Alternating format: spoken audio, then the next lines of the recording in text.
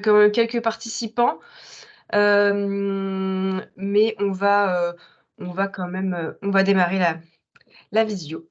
Donc bonjour à toutes, et à tous. Moi, je suis Maëlle Rouir, je suis conseillère relations entreprises à France Travail.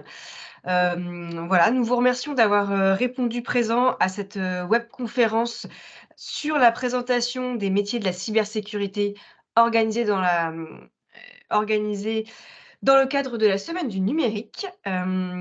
J'en profite pour remercier donc WeCare Rennes Métropole ainsi que les intervenants que je vais laisser se présenter, ensuite pour l'organisation de cet événement.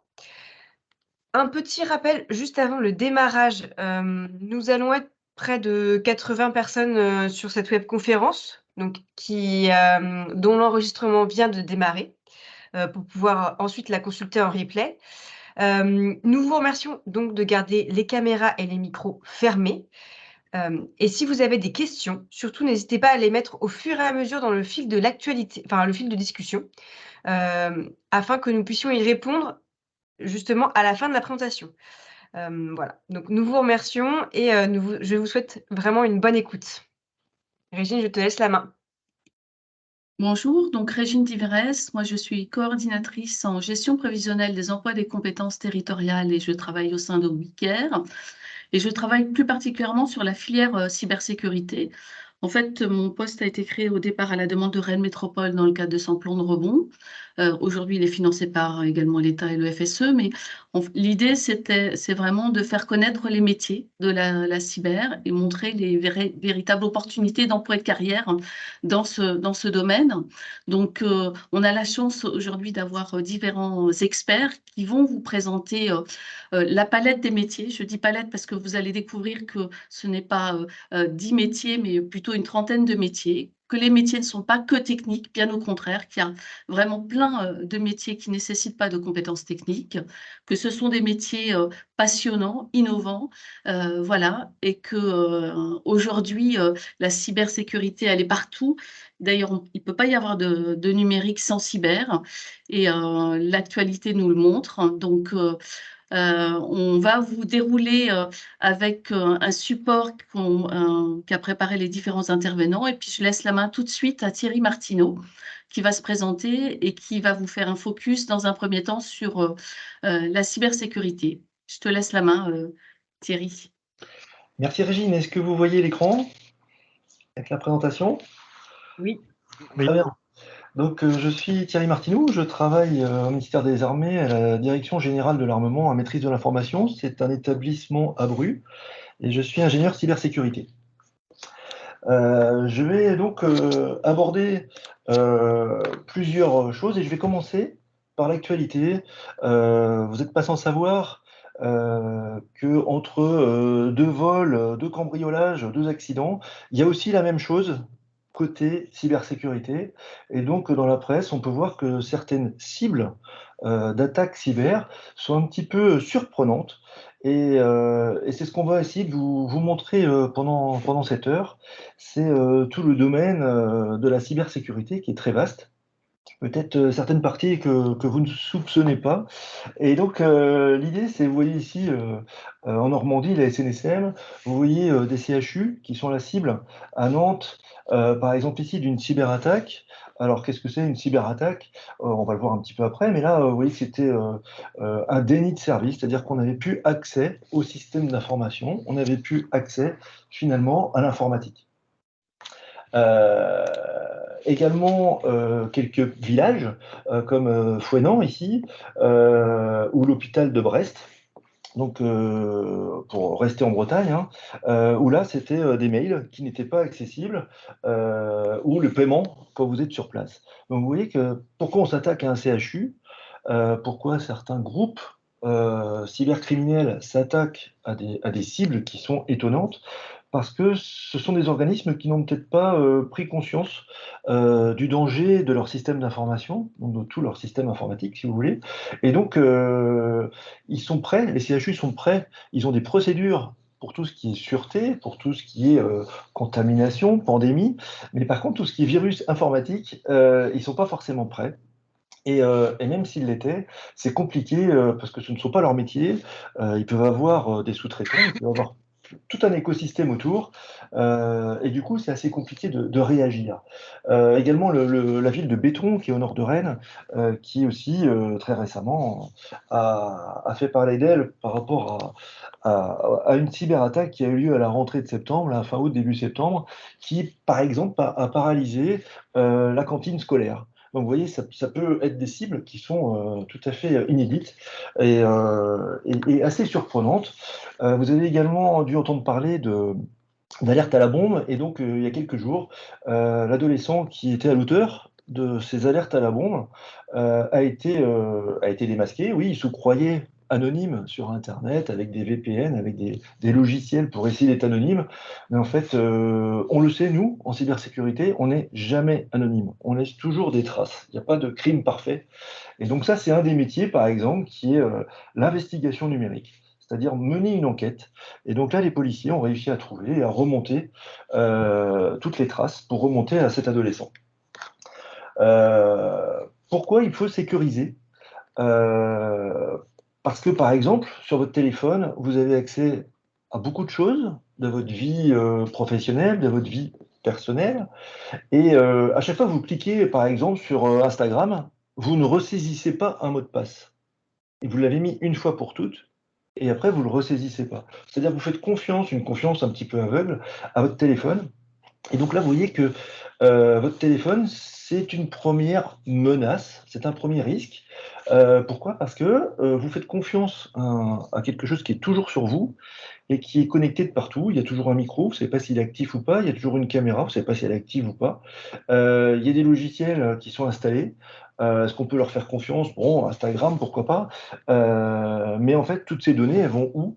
Donc voilà, donc l'idée, ça va être de sécuriser le téléphone. Alors, ça peut être votre empreinte digitale, votre œil, un code, un schéma. Mais est-ce que ça suffit vraiment? Puisque derrière, vous voyez des antennes. Et ces antennes, elles captent toute l'information. Donc sur une antenne dans votre quartier, elle peut capter toutes les informations qui circulent de tous les téléphones, de tous les ordinateurs qui sont connectés sans fil, pour les parties hotspot 4G ou 5G. Et vous voyez que la difficulté ici, c'est de protéger nos informations. Protéger, alors avec des mots de passe, quand je paye en ligne, mais ces données, elles vont où? D'accord? Donc vous voyez qu'il y a tout un volet, alors à la fois technique, mais aussi de confiance. Donc derrière, ça veut dire des métiers. Donc derrière, il y a des acteurs. Vous voyez ici, on en reparlera tout à l'heure avec Icodia, des hébergeurs qui hébergent toutes ces données qui circulent, qui sont stockées, qui sont archivées, qui sont sauvegardées. On ne sait pas trop où elles vont. Icodia en parlera tout à l'heure. Et ces données peuvent prendre feu, comme n'importe quelle habitation. Et du coup, vos données deviennent quoi? C'est un peu problématique.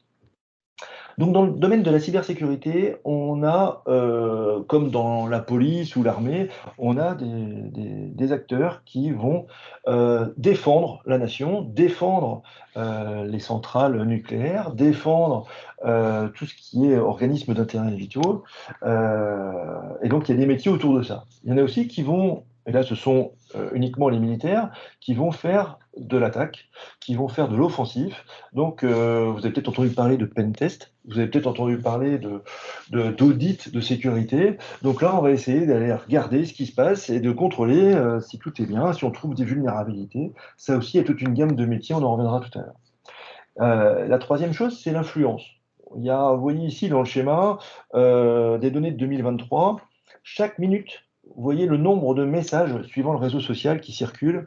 Donc pour contrôler toute la haine qu'il pourrait y avoir envers un pays, la concurrence déloyale qu'il pourrait y avoir contre une société particulière, un constructeur automobile, etc. Vous voyez que ça peut circuler très très vite. Et pour détecter tout ça, pour contrer tout ça, c'est compliqué vu le nombre de messages qui circulent à la minute. Donc pour ça, il y a des métiers qui sont autour du big data, c'est-à-dire des grosses bases de données. On va essayer de trier très rapidement en s'aidant d'algorithmes qu'on appelle de l'intelligence artificielle, mais d'algorithmes qui vont permettre, et de capacités qui vont permettre de détecter ces choses-là.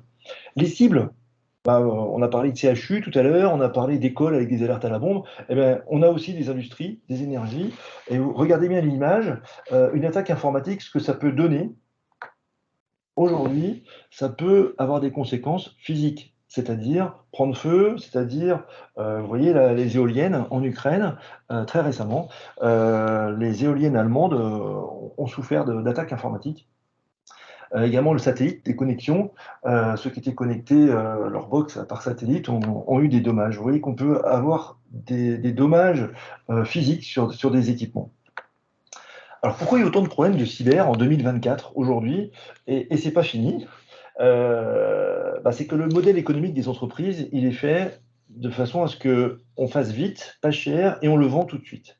Donc l'application, par exemple, sur un téléphone mobile, elle est très vite déployée, et les spécifications de sécurité, par exemple la crypto, donc le chiffrement des données, les sauvegardes, ne sont pas mis en place, ne sont pas mis en œuvre tout de suite.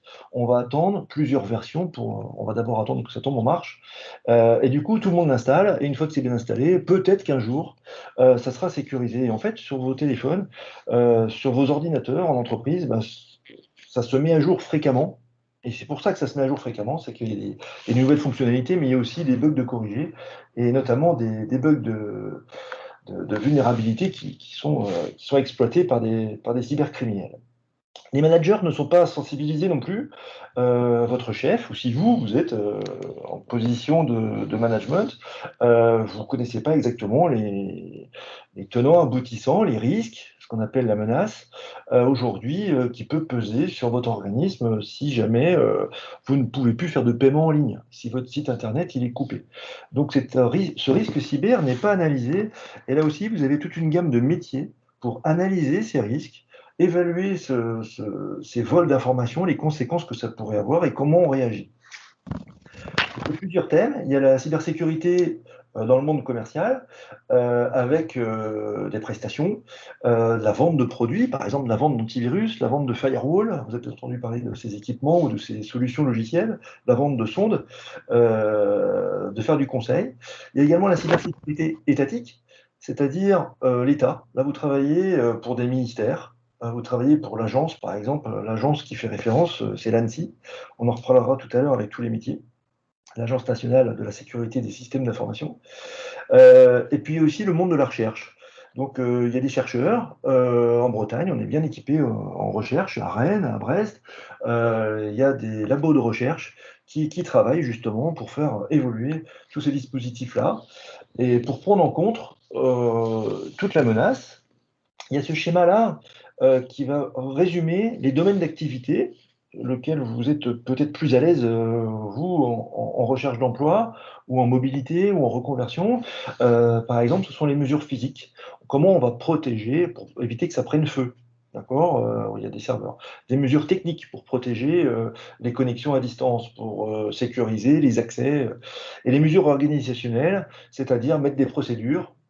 Ça, vous connaissez sûrement, les services qualité, ça rejoint un petit peu tous ces métiers-là, qui vont tourner autour donc, de tout ce qui est physique, de tout ce qui est réseau, donc les compétences système d'exploitation. Alors, un système d'exploitation, c'est Windows, Linux, Android, iOS, tout ce qui est application. Donc il va falloir aussi trouver dans le domaine de la sécurité des développeurs qui fassent attention à protéger leurs données. Donc on va rajouter des bibliothèques de chiffrement des données, on va sauvegarder les données, on va faire attention à ce que chaque application n'aille pas voir ce qui se passe ailleurs. Et puis protéger les données, tout simplement, qui sont le cœur aujourd'hui de la problématique.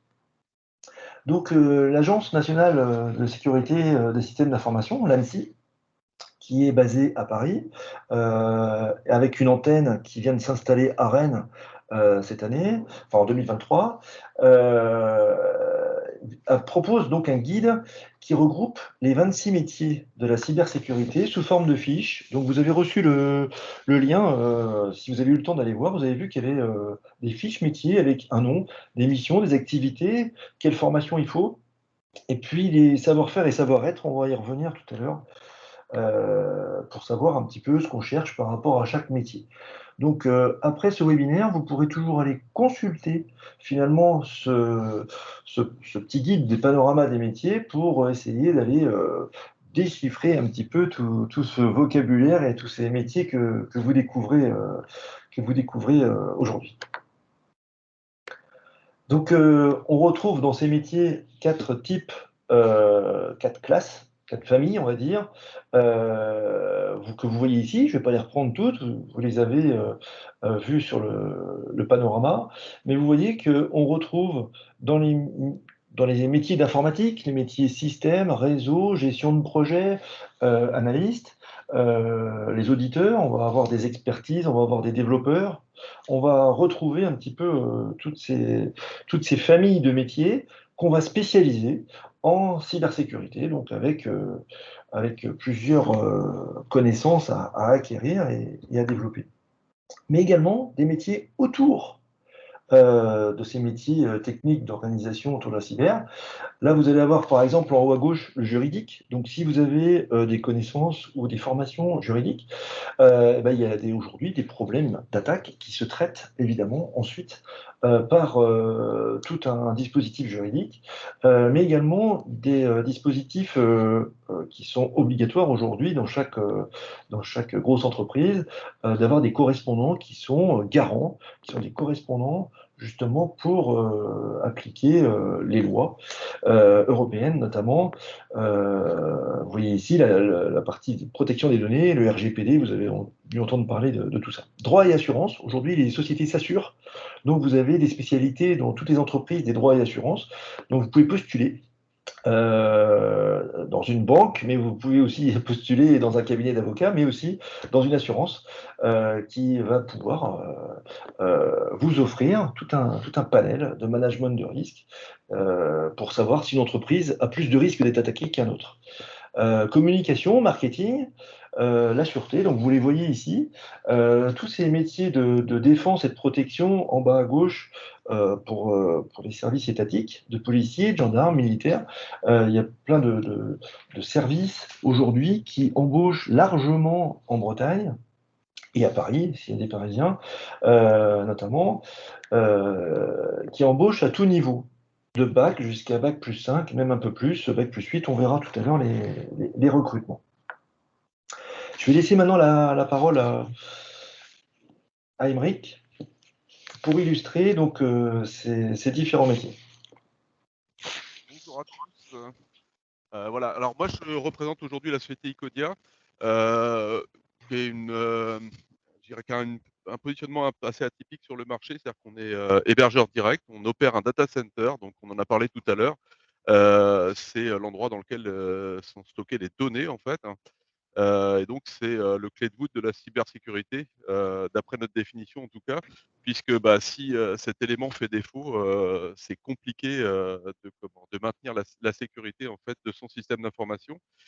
On est atypique parce qu'on est une trentaine de personnes, on est une petite PME en fait, hein, et on opère notre propre data center avec une approche assez particulière. C'est un métier, un secteur dans lequel le métier est très, très cloisonné en fait, dans lequel on a un certain nombre d'intervenants. Donc on a vu qu'il y avait beaucoup de métiers dans la cyber. La cyber fait partie de notre métier de l'hébergement, puisqu'on doit garantir en fait une accessibilité à un système d'information, à vos données en fait, ou à des services qui les utilisent.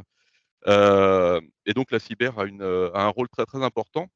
Ce que je vais essayer de vous démontrer ici, c'est qu'en fait, dans une petite structure, on a parlé du fonctionnement étatique ou des grandes entreprises, en fait, on a un fonctionnement au niveau des métiers de la cyber qui est beaucoup moins cloisonné, en fait, et des qualités qu'on va demander qui vont être complètement différentes. Les premières vont être d'être adaptables, réactifs, engagés, mais aussi polyvalents. Pourquoi? Parce que vous allez avoir des tâches principales en fait liées au service dans lequel vous opérez, et vous allez avoir des tâches secondaires qui vont souvent être qu'on pourrait résumer à aller donner un coup de main au service d'à côté. Voilà, donc on va vous demander beaucoup plus de polyvalence en fait dans une petite entreprise, également beaucoup plus de réactivité, puisqu'on doit, avec assez peu de moyens et donc beaucoup d'organisation, réagir très, très rapidement à des situations de crise qui sont, par exemple, l'apparition d'une vulnérabilité, ce qu'on appelle une 0D, c'est-à-dire qui a pas été trouvée par des gens gentils dans un premier temps, un laboratoire de recherche par exemple, mais directement par des hackers qui ont commencé à l'exploiter tout de suite. Donc là, on est dans le feu de l'action, il faut réagir très, très vite et amener une réponse qui va impliquer plusieurs services. Thierry, si tu peux mettre la diapo suivante, s'il te plaît. Merci. Donc voilà, l'équipe RSSI d'Iconia, donc j'ai bien dit que c'était une trentaine de personnes. Si vous comptez le nombre de personnes qu'on a dans chaque service, en fait, vous allez rendre compte qu'on dépasse les 30 personnes. Et ici, je fais l'impasse évidemment sur tous les personnels administratifs, les développeurs, les commerciaux, etc. Donc l'équipe SSI, pardon, donc qui est pilotée par le RSSI, le responsable de la sécurité des services d'information, a pour but en fait la coordination des services, enfin du service, la gestion de la politique de sécurité, c'est-à-dire qu'il va falloir mettre en place tout un système organisationnel. On a des certifications et des homologations qui nous aident pour ça.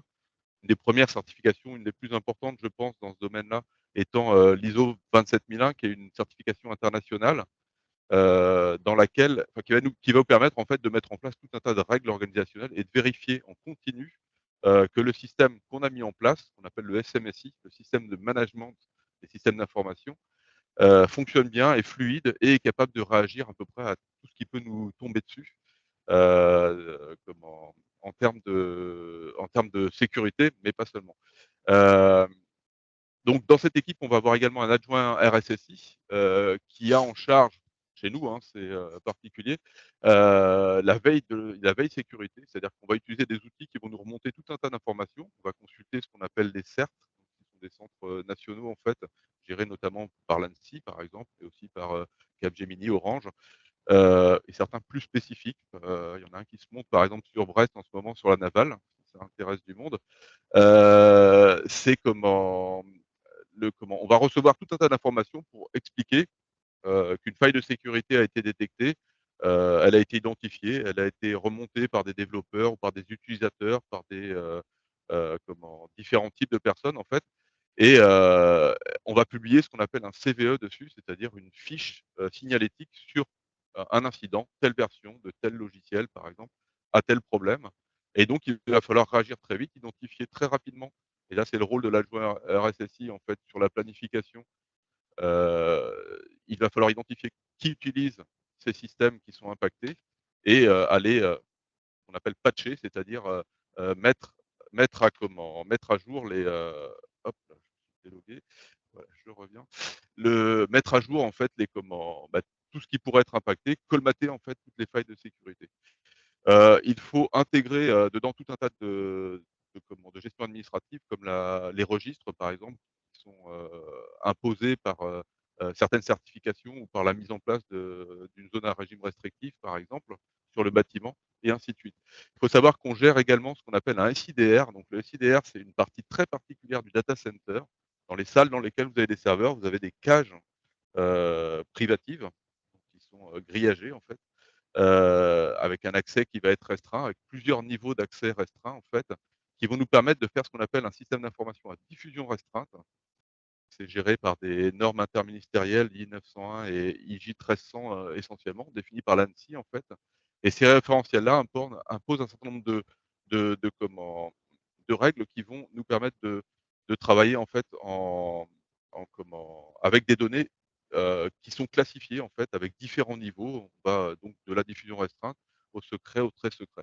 Il faut aussi imaginer que sur ce genre de choses, c'est surtout la mise en place administrative et organisationnelle en fait qui est lourde, qui est très, très lourde et qui doit permettre en étant testé très, très régulièrement en fait, d'être prêt en fait en cas de problème tout simplement, en espérant que ça intervienne jamais bien évidemment. C'est un peu le principe. Donc en termes de métier, de qualité, heu, les qualités managériales qui sont très importantes pour ce type de poste et également, tout ce qui est juridique, tout ce qui est, comment, qui vous met en capacité, je dirais, de comprendre des documents assez complexes, ce qu'on appelle les référentiels, et surtout de les mettre en œuvre ensuite, sur une plateforme. On a des adjoints techniques RSSI, donc là, c'est comment? Ces adjoints techniques, en fait, vont faire, ce sont en général des développeurs, mais qui ont des qualités dans beaucoup de domaines d'ingénierie, je dirais, puisqu'ils vont être capables d'appliquer les pages de sécurité, d'aller les identifier, mais également de faire ce qu'on appelle le forensic. Forensic, c'est une activité, de recherche, en fait, après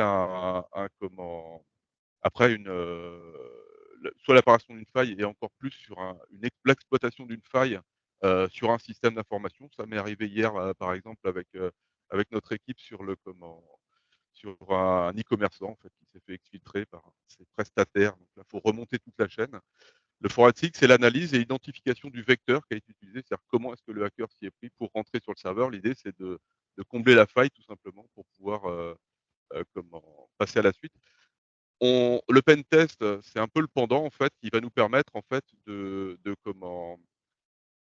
prévoir en fait et donc par exemple pour cet e-commerçant, si on avait pen testé son système au préalable, on aurait pu détecter des failles de sécurité et les combler avant qu'il soit trop tard. Je vais aller très vite sur l'analyse de sécurité, l'analyse de données, le développement de patchs de sécurité. Quand la solution elle n'existe pas, mais qu'on sait comment ça passe, bah, voilà, là, il faut qu'un développeur très rapidement en fait trouve une solution et ça, c'est nos adjoints techniques SSI qui s'en occupent. Thierry? Merci. On va avoir également la DSI, c'est-à-dire que dans notre activité, en fait, donc il y a une trentaine de postes de travail à minima, plus les stations de télétravail et compagnie. Il faut les maintenir en condition donc MCO, MCS, maintien en condition opérationnelle et maintien en condition de sécurité, c'est-à-dire qu'il faut les mettre à jour très régulièrement. Et on a des personnels, c'est pas à chacun de gérer son poste. On a un personnel qualifié qui s'occupe de le faire pour tout le monde finalement et de donner les directives, d'informer, de communiquer en même temps avec nos équipes. L'intendance, chez nous, est également un rôle important et cyber, puisqu'on va gérer la supervision et la maintenance de ce qu'on appelle les régulateurs de contexte environnemental, grosso modo la température, pour faire simple, et l'humidité dans les salles blanches, puisque ça peut mettre en danger. On a déjà vu des attaques en fait qui consistaient à neutraliser la climatisation, par exemple dans un data center. Bon, on va dire qu'un quart d'heure après, on peut tout éteindre. C'est pas la peine, ça peut plus tourner. On n'en obtient qu'une partie. La supervision et la maintenance des approvisionnements en énergie sont également importants. Ça fait partie des parties prenantes qui sont très très importantes, puisque nous, s'il y a une coupure d'électricité, on a encore 3 semaines d'autonomie sur le groupe électrogène. Mais à un moment, il va falloir rempoter, comme on dit. Si on ne le fait pas, ça va s'éteindre. Et donc, on se retrouve avec à nouveau un déni de service, une indisponibilité qui est liée potentiellement à une attaque cyber. Thierry?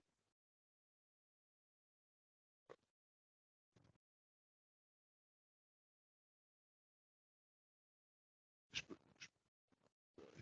Alors, on a le NOC et le SOC, c'est une grosse partie de notre équipe. C'est un gros bureau avec, vous pouvez vous le représenter avec des grands écrans et plein de données qui circulent tout le temps. C'est un poste dans lequel on va faire le maintien en conditions opérationnelles, le maintien en conditions de sécurité également, mais cette fois-ci des solutions qu'on propose à nos clients et également des infras de nos clients. C'est-à-dire que quelqu'un qui vient s'héberger dans notre data center peut nous confier la sécurité et nous confie quasiment à coup sûr le maintien en conditions opérationnelles de ces équipements. Donc ce sont des personnels, pareil, qui ont des compétences réseau, qui ont des compétences système, un petit peu de tout en fait, et ils vont tous être complémentaires. Euh, on va avoir un personnel particulier également qui va s'occuper de notre cœur de réseau. Le cœur de réseau, il faut imaginer que pour que tout ça, ça continue à marcher en fait et que ça résiste aux attaques, on a plusieurs composants, dont ce qu'on appelle un VAC, c'est-à-dire quelque chose, un composant réseau comme un gros firewall, c'est un terme qui va peut-être être plus abordable, qui va protéger en fait tout ce qu'il y a derrière de ce qu'il y a à l'extérieur, c'est-à-dire d'Internet. Tout en maintenant les utilisateurs légitimes en accès dessus. L'IRT est une. Émeric, excuse-moi, Oui. est-ce que tu peux juste préciser pour nos auditeurs et auditrices ce que c'est un NOC et un SOC? Alors, S'il te plaît, merci. le NOC, oui, en fait, c'est un ensemble de personnes qui font le maintien en fait du réseau, le maintien des systèmes et le maintien de la sécurité pour le SOC. Donc on peut considérer que ce sont des services. Ça se concrétise par une salle particulière. En général, 2 salles si on veut faire les choses bien, parce que voilà, un coronavirus par exemple, il suffit que tout le monde soit dans la même pièce, il y en a un qui éternue et que le lendemain il n'y a plus personne, on a un problème. Donc voilà, on commence. Ce sont des équipes très particulières qui sont vraiment sur le maintien en temps réel en fait de ce qui se passe, qui vont répondre aux tickets des clients également. L'IRT, donc l'assistance response team, c'est une, on va appeler ça les pompiers de service. C'est comme ça qu'on va les nommer chez nous. Ce sont des personnels qui sont dans les différents services qu'on a pu voir précédemment et qui vont être mobilisés, pour des compétences particulières qu'ils vont avoir, de sécurisation, d'optimisation et éventuellement de remise en service. C'est-à-dire que, heu, quand vous avez un service, hébergé, vous pouvez avoir dessus ce qu'on appelle des plans de continuité, en cas d'incident ou des plans de reprise d'activité, en cas d'incident, et ça, il faut être capable de les mettre en œuvre, il faut être disponible, c'est du 24/24, et on ne sait pas à quel moment ça va intervenir. Il faut savoir que les attaques ont lieu, beaucoup plus souvent le vendredi soir, il y a une accélération.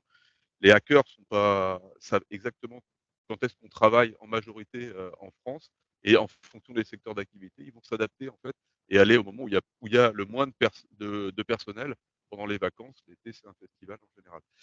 Heu, sur cette équipe-là, on parle d'optimisation. Pourquoi? Parce qu'on a parlé de déni de service tout à l'heure, c'est-à-dire, heu, c'est pas seulement voler des données, c'est pas seulement les compromettre, ça peut être, également, couper l'accès sur ces données-là, et pour ça, on est sur un service hébergé, heu, comme notre Visio par exemple. Si quelqu'un voulait, comment, heu, être malveillant par rapport à l'action qui se tient, et auquel vous êtes conviés ce matin, il pourrait faire en sorte que les serveurs de Microsoft, tombent et que le Teams ne fonctionne plus, et là, on serait bien embêté, on serait en déni de service par rapport à vous. C'est-à-dire qu'on ne pourrait pas continuer cette visio, et vous informer sur les métiers de la cybersécurité. Thierry, si tu peux mettre la dernière slide, s'il te plaît. Alors, le CDPO, on en a parlé également tout à l'heure, c'est une partie qui est beaucoup plus juridique en fait et administrative, et qui concerne la gestion des données personnelles, donc le fameux RGPD européen, qui est une très belle avancée, hein, qui va avoir du mal à se généraliser sur la planète entière, mais qui en tout cas à l'initiative de l'Europe permet, de faire avancer un petit peu les choses et de faire prendre conscience, que les données personnelles, il faut y faire attention. Le rôle du DPO, est essentiellement en fait de mettre à jour des registres, d'informer, heu de faire le lien avec la CNIL, donc qui est l'organisme étatique qui va gérer en fait, tout ce qui concerne les données personnelles, heu, cette fois-ci au niveau national. L'information des personnels et leur formation aussi est très, très importante, et c'est aussi un rôle qu'on va céder à notre CDPO en fait. Thierry, si tu veux mettre la slide suivante. Alors, on a également un laboratoire qui va, impliquer notre, service développement, essentiellement, mais pas seulement, notre équipe SSI également, et quelques ingénieurs supplémentaires, puisque le cyber, comme je vous l'ai expliqué, enfin la cybermalveillance en tout cas consiste à essayer de nuire, d'une façon ou d'une autre, à des systèmes, d'information, et donc on va, avoir besoin pour se protéger de développer des solutions. Alors il y en a plein qui existent sur le marché. On peut aussi faire le choix d'utiliser des systèmes tout faits. Il faut des fois avoir des moyens aussi, ce qui est pas tout le temps le cas, faut aussi être satisfait du résultat de ces solutions. Si c'est pas le cas, il faut les développer tout simplement. Donc nous, on a développé le VAC, par exemple, dont je vous parlais tout à l'heure. On n'a pas 2 térabits de bande passante pour étaler une attaque, par déni de service, par exemple, ce qu'on appelle un botnet, et voilà, nous, on a un VAC algorithmique qui va être capable de bloquer ces attaques, avec un petit peu d'intelligence logicielle. Mais il a fallu, pour ça, les développer, il a fallu aussi les entretenir. On a développé également ce qu'on appelle un WAF, c'est-à-dire un firewall applicatif qui permet de protéger une solution au niveau applicatif, au niveau des services qui sont en dessous, ni au niveau du système, mais vraiment sur la dernière couche. On a développé un antivirus et un anti-spam depuis une vingtaine d'années, hein, labellisé par l'ANSSI également, et pareil, qu'il faut entretenir, faut pas imaginer que vous faites une solution et que voilà, vous allez gagner de l'argent en l'exploitant pendant des années sans rien faire. La cyber et l'IT en général, c'est de la mise à jour et de l'adaptation systématique. Tous les jours, les hackers ont de nouvelles solutions à nous proposer. À nous de mettre en place les contre-mesures adaptées, en fait, et ça, c'est beaucoup, beaucoup de travail de recherche et développement. Pour vous dire, chez nous, c'est à peu près un tiers de l'activité. Il y a de l'électronique également dans notre activité parce que, tous nos systèmes de supervision, je parlais de couper une clim par exemple, bon, si un hacker coupe une clim et que personne ne s'en rend compte, on a un souci, si on est au courant très très rapidement et qu'on a en plus des systèmes redondants qui vont prendre le relais en attendant, on a le temps de réagir et surtout on n'impacte pas la production, ce qui fait partie également de notre métier. Thierry, si tu peux mettre la suivante. Ah bah voilà, c'est fini pour moi. Donc, en fait, quand on va, par exemple, si on a besoin de sécurisation d'un téléphone, pour reprendre l'exemple chez Icodia qui vient d'être abordé, en fait, on va s'organiser. On va s'organiser. Il y a un besoin, on s'organise avec une organisation de projet, donc on a besoin de chefs de projet. On va essayer de faire des scénarios de menaces, comment on va pouvoir faire pour attaquer un téléphone. On va faire une analyse de risque. Qu'est-ce qu'on risque? C'est de le faire tomber le téléphone ou c'est de voler toutes les données. Donc il va falloir hiérarchiser ça, prioriser ça, voir l'impact que ça peut avoir. Et tout ça, il y a des métiers derrière, il y a des méthodes. Et ça, ce sont des formations, ce sont des métiers qu'on va retrouver dans tous les projets en cybersécurité. Ensuite, on va avoir des spécifications cyber. Donc là, ça va être très technique. Ça peut être également juridique, ça peut être également suivant le pays. La loi ne s'applique pas de la même façon. Donc les algos de chiffrement vont pas forcément être les mêmes. Donc les développeurs, pour la partie développement, vont devoir prendre ça en compte. Ensuite, on va qualifier. Alors la qualif, c'est quoi? Il y a beaucoup de métiers en test et qualification, c'est-à-dire qu'on va tester si en effet on est bien robuste. On va faire des exercices de cybersécurité, comme on peut faire des exercices incendie. Vous devez connaître les exercices incendie, donc ça sonne et on s'organise. Et on contrôle si tout s'est bien passé. Voilà. Et ben en fait, il y a des exercices en cyber de la même façon. On va tester, on va qualifier, on va regarder si ça tient bien le choc à une attaque de faible niveau, de moyen niveau, de niveau étatique qui est le plus haut niveau. Puis ensuite, il y a les métiers autour de la livraison, comment on fait pour livrer, pour former le logiciel, le matériel de sécurité. Donc il y a aussi aujourd'hui une pénurie de profs en cybersécurité, de formateurs. Et donc on en cherche beaucoup, souvent des informaticiens qui basculent dans cette capacité-là. Et là, vous allez voir ici, par exemple, toutes les spécifications. Et là, vous voyez qu'il y a tous les métiers. À l'instant, on vous parlait d'électronique. Et bien, vous voyez qu'en fait, ici, on va retrouver beaucoup de choses en réseau, en télécom, en système, pourquoi pas en chimie, puisqu'il y a la résistance des matériaux. Et vous voyez tout ce qu'il nous faut pour sécuriser un téléphone, une application sur un téléphone, voilà, tout ce qui doit être pris en compte. Donc, vous voyez qu'en fait, ça fait intervenir beaucoup, beaucoup de compétences. Et toutes ces compétences, vous ne pouvez pas toutes les avoir. Donc là, je les démystifie un peu. Hein, je vous rassure, on ne peut pas être bon dans toutes ces compétences-là. Ce n'est pas possible. En fait, on fait intervenir chaque acteur. Et donc, vous avez toute votre place en cybersécurité. Chacun a sa place, que ce soit donc en métier technique, mais en métier d'organisation, métier juridique, en métier de test. Tester, c'est comme les testeurs de jeux vidéo, hein, ça attire beaucoup de monde, mais il faut bien tester. Savoir si le jeu vidéo ne peut pas être piraté, ne peut pas être copié, ne peut pas être, vous voyez.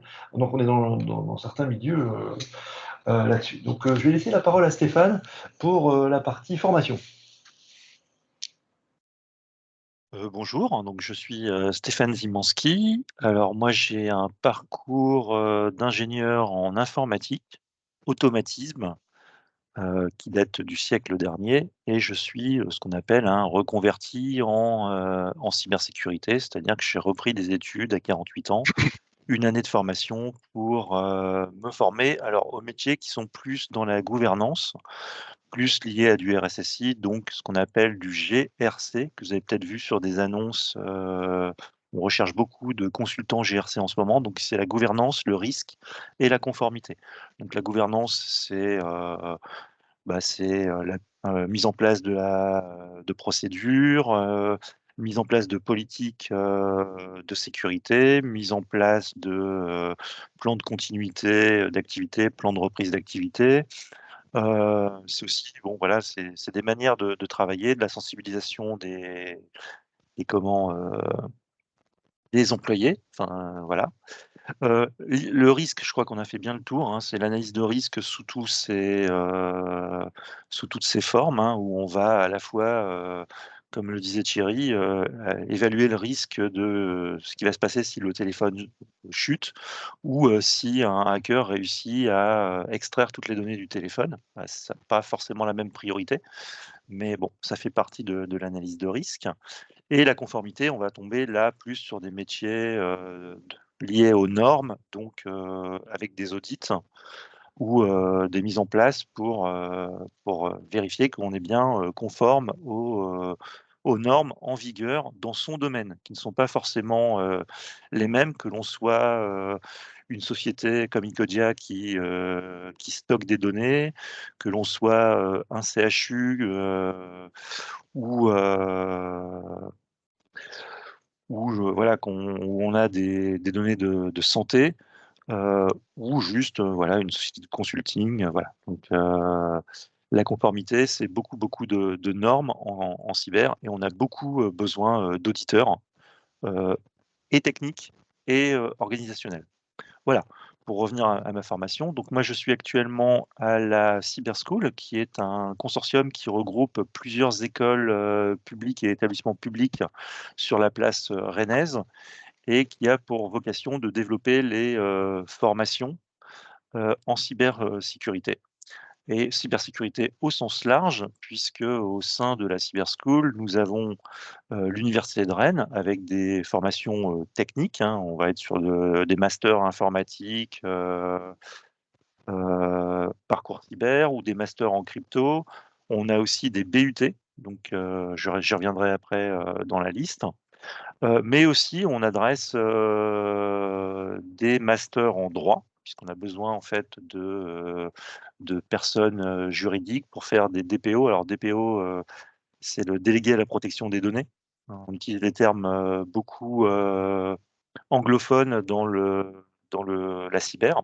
Donc, un petit soft skill, hein, il faut, tout du moins savoir le lire et l'écrire. Peut-être pas forcément le parler, mais, vaut mieux savoir, lire et écrire l'anglais de façon assez courante. Voilà et on va même jusque, Sciences Po Rennes, qui fait partie de nos établissements, du consortium, qui, lui, forme, des gens en master, CDFI, donc sécurité, défense et intelligence économique. Donc là, on est sur de la géostratégie, géopolitique. Comment, la guerre, Ukraine, Russie, va impacter la cybersécurité des JO 2024, par exemple. Et on a des gens, qui ne sont absolument pas techniques, qui, réfléchissent aux, situations, dans le monde et les impacts potentiels sur des événements. Voilà. Donc, maintenant, que j'ai dit ça, la formation, c'est pas que du bac+3, bac+8, hein. Maintenant, on commence à partir du bac, avec le bac pro Ciel. Donc le bac pro Ciel qui est cybersécurité, informatique et réseau électronique.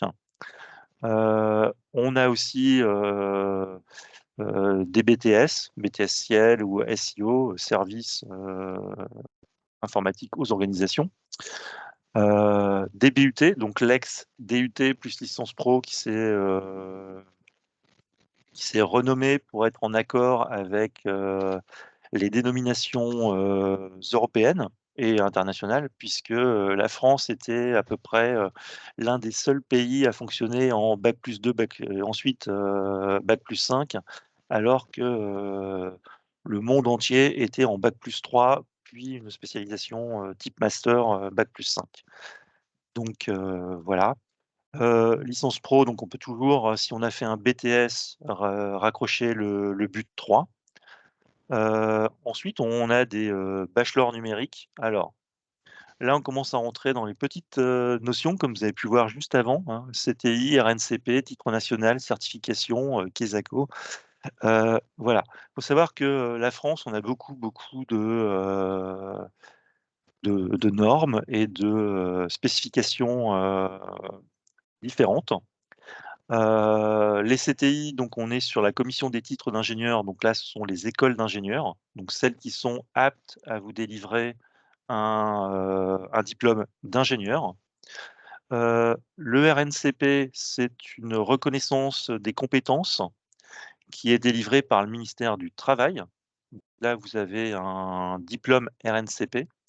Attention toutefois à la compatibilité des chemins ou des parcours quand vous avez du RNCP pour partir sur du CTI ou du titre national. Le titre national étant les titres universitaires.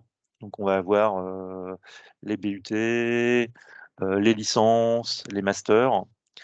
Et ensuite, on a de la certification. C'est-à-dire qu'aujourd'hui, on peut se former au métier dans la cybersécurité sans vraiment passer un diplôme, mais à la méthode américaine, en venant compléter ses petits badges.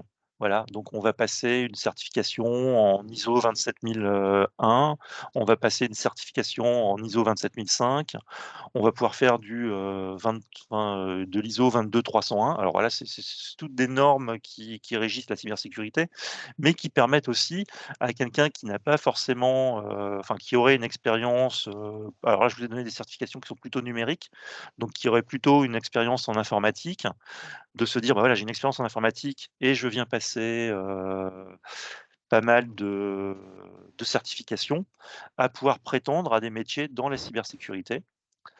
Heu, voilà. Donc vous avez les écoles d'ingénieurs, vous avez, les parcours de type RNCP qui vont alors le master de type universitaire qui est pas la équivalent au, Master of Science délivré par les écoles, privées sous titre RNCP. Je sais, c'est un peu compliqué, mais c'est important pour vous, quand vous êtes soit dans un parcours, lycéen et vouloir ensuite partir dans la cyber, de pouvoir vous orienter dans les formations, mais aussi en reconversion. Les reconversions, tout dépend enfin, chacun a un parcours et en fonction du métier vers lequel on veut aller, bah, va y avoir des, parcours qui sont, plus ou moins, indiqués. C'est vrai que pour quelqu'un qui a déjà un diplôme d'ingénieur ou déjà un master, on va partir sur des formations courtes, un peu certifiantes. Donc, du RNCP, vont suffire. Mais pour quelqu'un qui n'a pas du tout, de parcours, en informatique et qui se dit, «Demain, moi, je veux être pentester ou hacker éthique», va falloir construire un chemin et reprendre avec, soit reprendre des études longues, hein. On a des personnes et des connaissances sur la place rennaise qui sont reparties, qui ont fait 5 ans d'études et qui sont devenus, ingénieurs cyber et qui sont maintenant même à la tête de leur entreprise en cybersécurité. Ou, on peut, aller chercher, la petite certification, enfin le petit diplôme, donc qui va plutôt être délivré par des écoles, privées ou des instituts de certification. Alors il y en a de nombreuses sur la région, Bretagne, qui vont vous permettre d'acquérir, l'équivalent d'un BTS ou d'un DUT en, 18 mois à peu près, sous forme, 6 mois intensifs plus, 1 an en alternance ou en contrat pro. Et on peut aller, jusqu'au doctorat, hein, en cybersécurité. Alors je vous ai mis de 3 à 5 ans parce que, donc il faut déjà un bac+5 pour rentrer en doctorat. Et ensuite, en fonction de la matière, hein, si vous avez si vous partez sur un doctorat, scientifique, ce sera plutôt 3 ans. Si vous partez sur un doctorat en, droit, c'est plutôt 5 ans. Mais on peut aussi passer un doctorat, en droit sur de la cybersécurité et on va être sur, justement les applications, juridiques, européennes. Car il faut savoir que le terme cybersécurité en droit est assez nouveau. Le premier code de la cybersécurité, le gros bouquin Dalloz rouge, est sorti en avril 2022. Donc c'est quand même quelque chose qui est assez récent. Donc le terme cybersécurité commence à faire son apparition dans les textes de loi, mais il y a beaucoup, beaucoup de travail d'harmonisation, si ce n'est déjà au point de vue européen. et ensuite après au point de vue international, hein, puisque les descriptions, les définitions de ce qu'est la cybersécurité ne sont pas les mêmes aux États-Unis, en Europe ou au Vietnam ou en Chine. Voilà. Tu peux passer la slide suivante. Donc, là, je vous ai présenté à peu près les titres classiques, mais on a aussi, donc, ce que je vous disais, les titres qu'on va aller chercher sur de la spécification, sur un premier pas en cybersécurité. Je veux devenir demain pen tester ou ingénieur cyber. Bah, peut-être qu'en fonction de votre profil, je vais vous orienter vers plutôt une certification RNCP de niveau 6 qui va vous donner l'équivalent d'un bac+3, bac+2, bac+3, qui va être par exemple analyste SOC ou veilleur cyber, qui va vous permettre de rentrer dans des entreprises qui embauchent un bac+2, bac+3 dans des SOC, de vous dire restez-y pendant 3, 4 ans, 5 ans, histoire de bien comprendre ce qu'est la cybersécurité, de bien voir quels sont les métiers de la cybersécurité, et si ensuite vous décidez de poursuivre, peut-être que naturellement vous pourrez évoluer au sein de la société où vous êtes, ou compléter par des études en cybersécurité. Il faut savoir que en cybersécurité, c'est à peu près un monde dans lequel on se forme tout le temps. Il faut tout le temps être au courant de ce qui se passe. La veille technologique est très importante, donc il faut comprendre ce qui se passe. Peut-être que si vous développez, faut surtout s'adapter. Si vous développez un produit, votre produit peut devenir du jour au lendemain obsolète parce qu'un hacker aura trouvé une faille qui fait un 0D, donc une faille premier jeu, enfin voilà, une faille qui n'avait jusqu'alors jamais été documentée dans le milieu, et qui fait que le produit que vous aviez espéré commercialiser, du coup, va tomber à l'eau. Il faut repartir de zéro. Donc, la cybersécurité, c'est aussi la gestion des risques. Voilà. Donc après tout ça, on peut aussi partir sur des certifications, hein, comme je parlais, donc des certifications 27001, 27005 et BioCRM, ou des certifications courtes. Simplon, le FTL sur les places rennaises propose des certifications diverses qui vont vous permettre de faire un, pardon, excusez-moi, un premier pas dans la cybersécurité. Mais là, je dois dire que c'est à peu près au cas par cas. Va falloir étudier voilà, ce que vous voulez faire, quel est vos socles de compétences, quel est votre savoir-être. C'est quelque chose de très important en cybersécurité, où on va regarder aussi qui vous êtes et voir si vous êtes en adéquation avec les métiers auxquels vous prétendez. Alors, bonne nouvelle pour vous, hein, si vous regardez le document qui vous a été partagé, dans la description des métiers, l'ANSSI décrit ce savoir-être. C'est-à-dire, si vous êtes renfermé sur vous-même, oubliez les métiers de gouvernance. Si vous êtes plutôt, justement, voilà, vous aimez bien comprendre ce qu'il y a autour de vous, si vous aimez bien discuter, organiser, monter des réunions, si vous comprenez bien ce que sont des normes et comment les appliquer, oui, là, ça sera plutôt des métiers de gouvernance, d'analyse de risque, de conformité. Voilà. Et ensuite, rien ne vous empêche de vous former par vous-même. Aujourd'hui, on a beaucoup de personnes, notamment moi au niveau universitaire, je rencontre beaucoup de personnes en provenance du milieu militaire, qui viennent se former sur des masters informatiques cyber, avec de la validation d'acquis d'expérience. C'est-à-dire, ce sont des informaticiens qui ont évolué vers des métiers cyber sans en avoir les compétences au début, mais qui ont appris sur le tas, et qui au bout d'un moment se disent voilà, j'ai appris sur le tas, mais j'ai pas de diplôme. Donc la validation d'acquis d'expérience marche très bien en cybersécurité. Et ça, c'est quelque chose que moi sur Rennes, j'ai sur le master informatique cybersécurité, j'ai environ entre 3 à 6 personnes du milieu militaire qui viennent chaque année voilà, acquérir ce diplôme par la voie validation d'acquis d'expérience.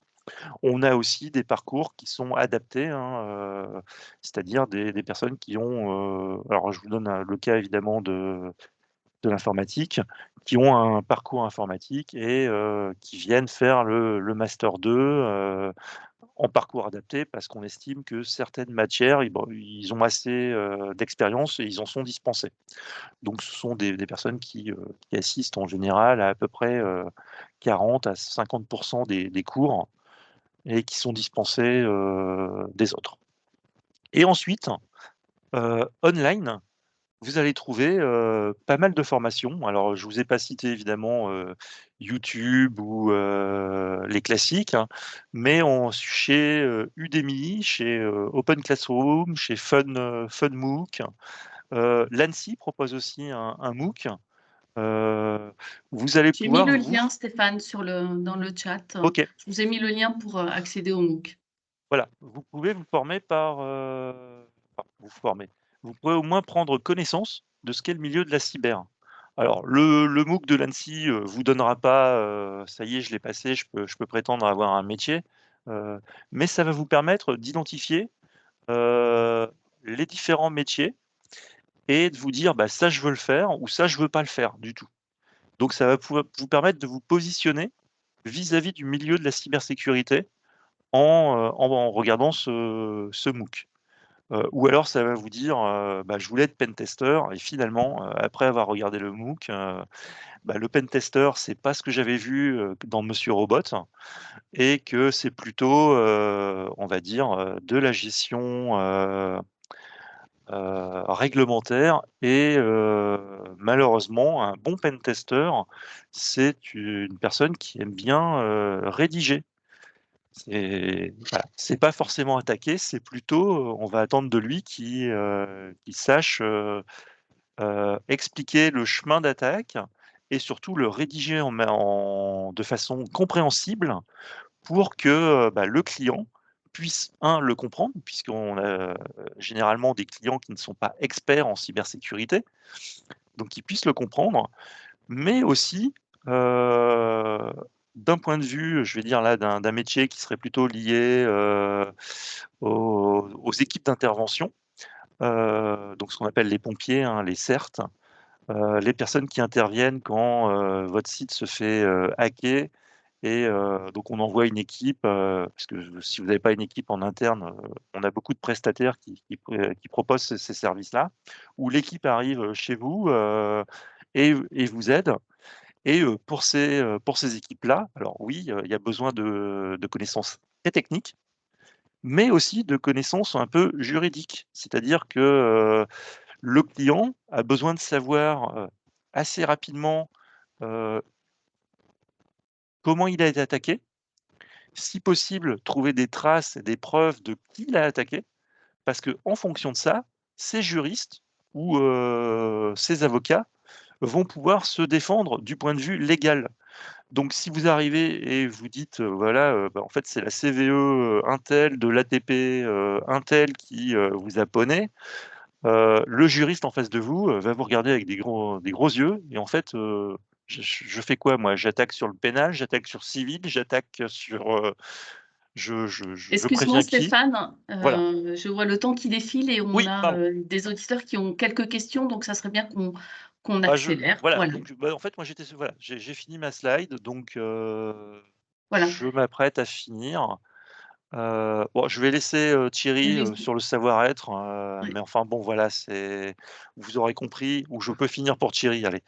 Vous aurez compris que, en savoir-faire, on va t les métiers de la cyber vont, enfin, je veux dire de l'automaticien, l'informaticien, l'électronicien, le big data, l'IA jusqu'à, le droit, l'analyse de risque, l'assurantiel, la communication, le marketing, voilà, donc c'est assez large avec des compétences, bah, qui vont être, aussi diverses en fonction du métier, auquel vous voulez, prétendre.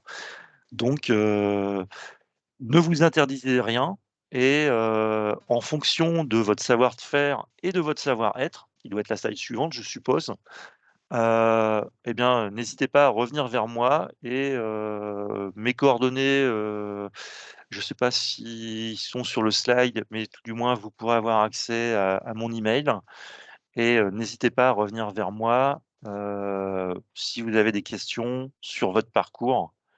Comme ça, on pourra regarder ensemble, vos parcours en fonction de qui vous êtes et de ce que vous voulez faire.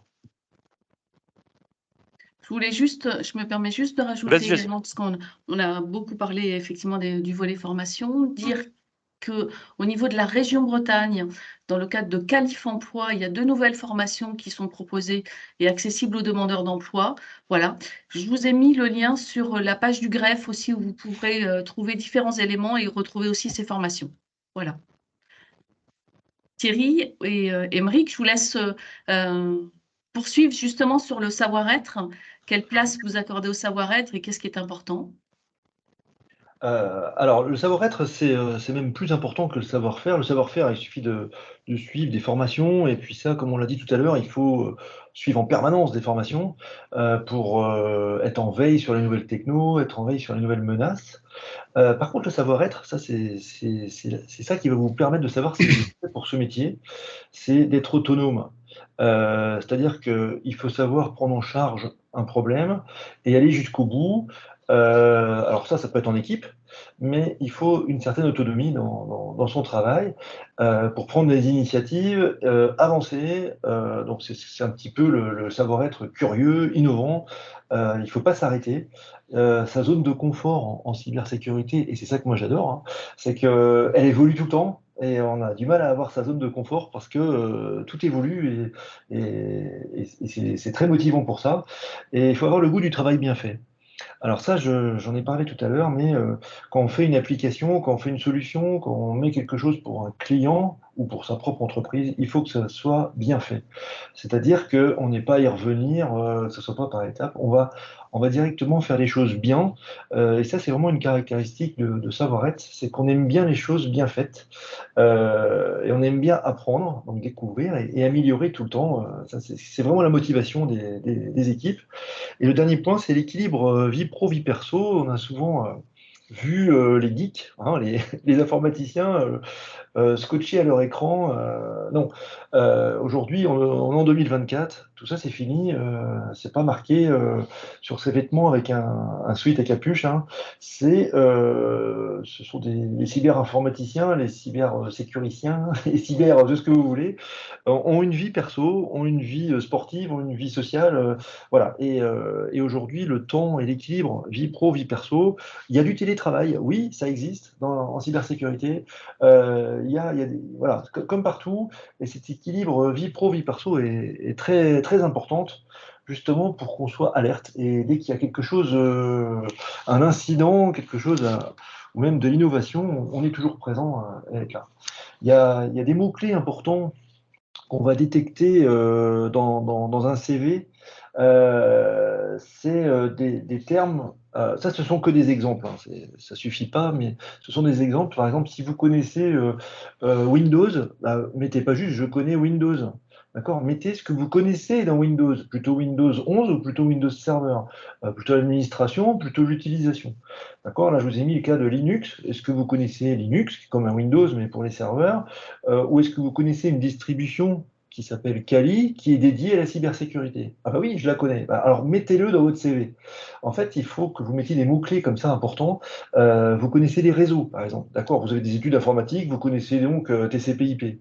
Bon, bah, au lieu de mettre TCP/IP, puisqu'on espère bien que vous connaissiez le réseau si vous êtes informaticien, bah, mettez plutôt des logiciels que vous utilisez pour, par exemple, regarder les paquets ou les trams, comme Wireshark. Les langages, mettez ceux que vous connaissez. La virtualisation sur les serveurs, mettez des produits que vous connaissez. Si vous connaissez les technologies du cloud, mettez lesquelles. Et puis, si vous connaissez la façon de les sécuriser, mettez bien ça en avant, parce qu'aujourd'hui, sur un CV, ça peut faire la différence. ça peut attirer, que ce soit dans un projet, une formation. Je vois dans le fil, on y reviendra, hein, est-ce qu'une auto-formation est suffisante? En fait, une auto-formation n'est pas suffisante, il faut juste la prouver, en fait. C'est-à-dire montrer sur quel projet, quel que soit, si c'est une formation certifiante, diplômante, mettez sur quel projet vous avez travaillé. C'est-à-dire concrètement, qu'est-ce que vous avez fait? Ça, c'est important. Si vous connaissez des méthodes, et puis si vous avez fait des MOOC, mettez-le aussi dans votre CV. Voilà, c'était un exemple, hein, pour orienter un petit peu votre CV sur les parties informatique vers la cyber qui peut attirer l'attention d'un employeur. Aymeric, tu as peut-être des choses à rajouter? Ouais, après comment sur le CV, effectivement, comment démontrer une expérience, c'est important. Alors, quand on sort de l'école, en général, on en a assez peu. Moi, c'est le constat que je ferais de façon générale sur les gens qu'on va recevoir en fait sur des embauches et particulièrement sur ces choses-là. Un conseil qui a déjà été évoqué par Stéphane tout à l'heure, c'est d'aller dans le milieu en fait, peut-être commencer en bas de l'échelle, hein, rejoindre par exemple un NOC et évoluer parmi tous ces métiers finalement fréquentés. Il faut savoir qu'il y a énormément d'interactions entre les équipes et donc on voit ce que fait l'autre, on voit comment il le fait aussi, et ça peut donner envie ou pas du tout, en fait. Ça c'est assez important. Il faut, sortir des images d'Épinal aussi, on parlait de Mister Robot tout à l'heure, c'est vrai qu'on a l'impression qu'on est tout le temps en train de taper sur un clavier de façon frénétique, sans souris, en QWERTY et sur des écrans sur lesquels il y a aucune rien d'autre qu'un shell en fait. Heu, voilà, il y a beaucoup de gens qui veulent faire ça, ça les attire et une fois qu'ils sont, réellement dessus, comme on dit, aller au bout des choses. On parlait d'un pen test tout à l'heure, par exemple. Un pen test, il y a une partie analyse, hein, qui va aller prendre 20 de votre temps. Il y a 80 de rédac ensuite pour expliquer tout ce qu'on a testé pour rien. C'est de la recherche fondamentale les 3/4 du temps. Là qu'on va expliquer, enfin, il va falloir vraiment aller creuser, et passer de façon très, très besogneuse et méthodique beaucoup de temps à analyser, ce qui finalement fonctionne bien et ne constitue pas une faille et être capable parmi tout ça d'extraire en fait, voilà, là ici on a un vecteur, on a une possibilité, quelque chose sur lequel on veut arriver. Tout ça, faut le rédiger. Ça prend énormément de temps et faut rien oublier, faut qu'il y ait une logique dans le document. Tout ça, faut utiliser des systèmes type LaTeX pour faire du document structuré automatiquement. C'est comment, heu, ouais, on est loin de ce qu'on peut s'imaginer en fait, comment et je vois qu'il y a des questions sur le chat aussi sur la partie, Excuse-moi, astreinte. Aymeric, on t'entend Oui. pas toujours très bien. Ah mince, je vais rapprocher, c'est mieux là peut-être? Oui. Ouais. Comment, pardon. Je voyais sur le chat, des questions par rapport aux astreintes. Quand je disais qu'hier j'étais en IRT, voilà, ça fait partie. J'étais en astreinte, hein, c'est pour ça que ça m'est arrivé. On va pas venir vous réveiller à 2 heures du matin non plus, si vous n'êtes pas en service, en tout cas pas dans une structure comme la nôtre, où là, il faut vraiment qu'il y ait une grosse urgence. Donc ça fait partie aussi de l'implication qu'on va demander en fait à nos personnels. Comme on dit, aller au bout, on laisse pas quelque chose en plan, on laisse pas, comment on laisse pas on va vraiment au bout des choses et surtout on est minutieux parce que, si on oublie, s'il y a un trou dans la raquette, tout ce qu'on a fait, peut ne servir à rien parce que si on se fait attaquer, si on comble pas la faille, si on n'a pas été au bout, le lendemain en fait, ça va recommencer, c'est aussi bête que ça, quoi.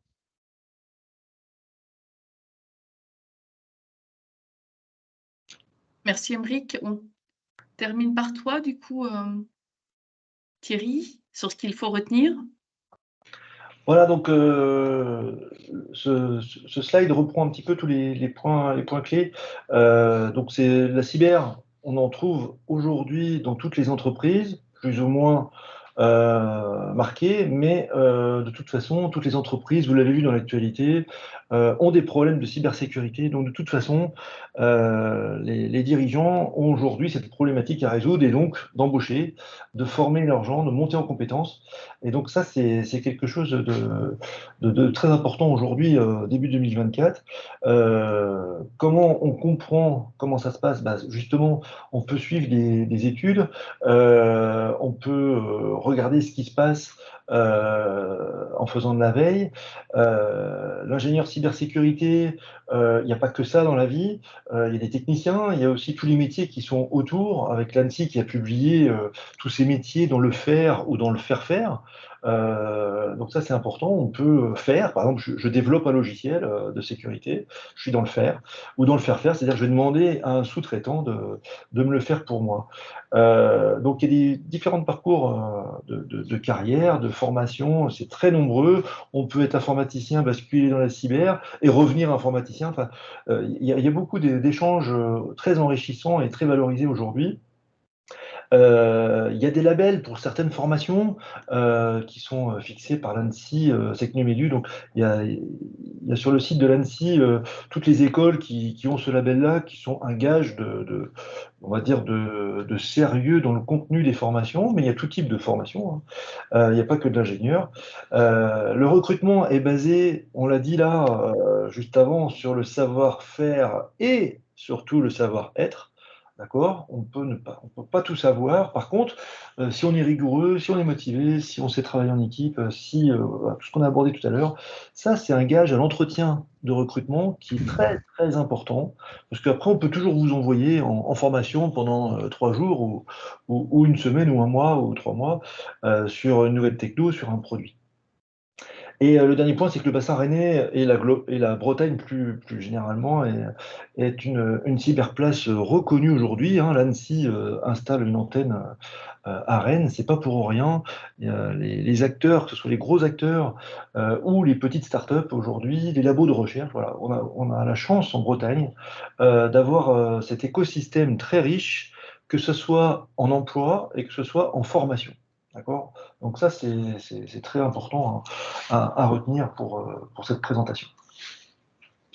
Alors, j'ai rajouté vous aurez donc les formations SecNumEdu de l'ANSSI, mais pour ceux qui sont en reconversion, il y a aussi SecNumEdu FC, donc les organismes de formation qui sont approuvés par l'ANSSI pour faire des formations courtes de type une semaine si vous voulez avoir votre certification en 27001, 27005, ou si vous voulez devenir correspondant CNIL.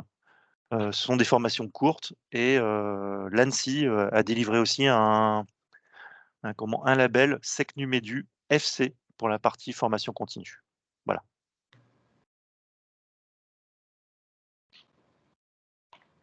Alors, merci à vous trois pour cette présentation.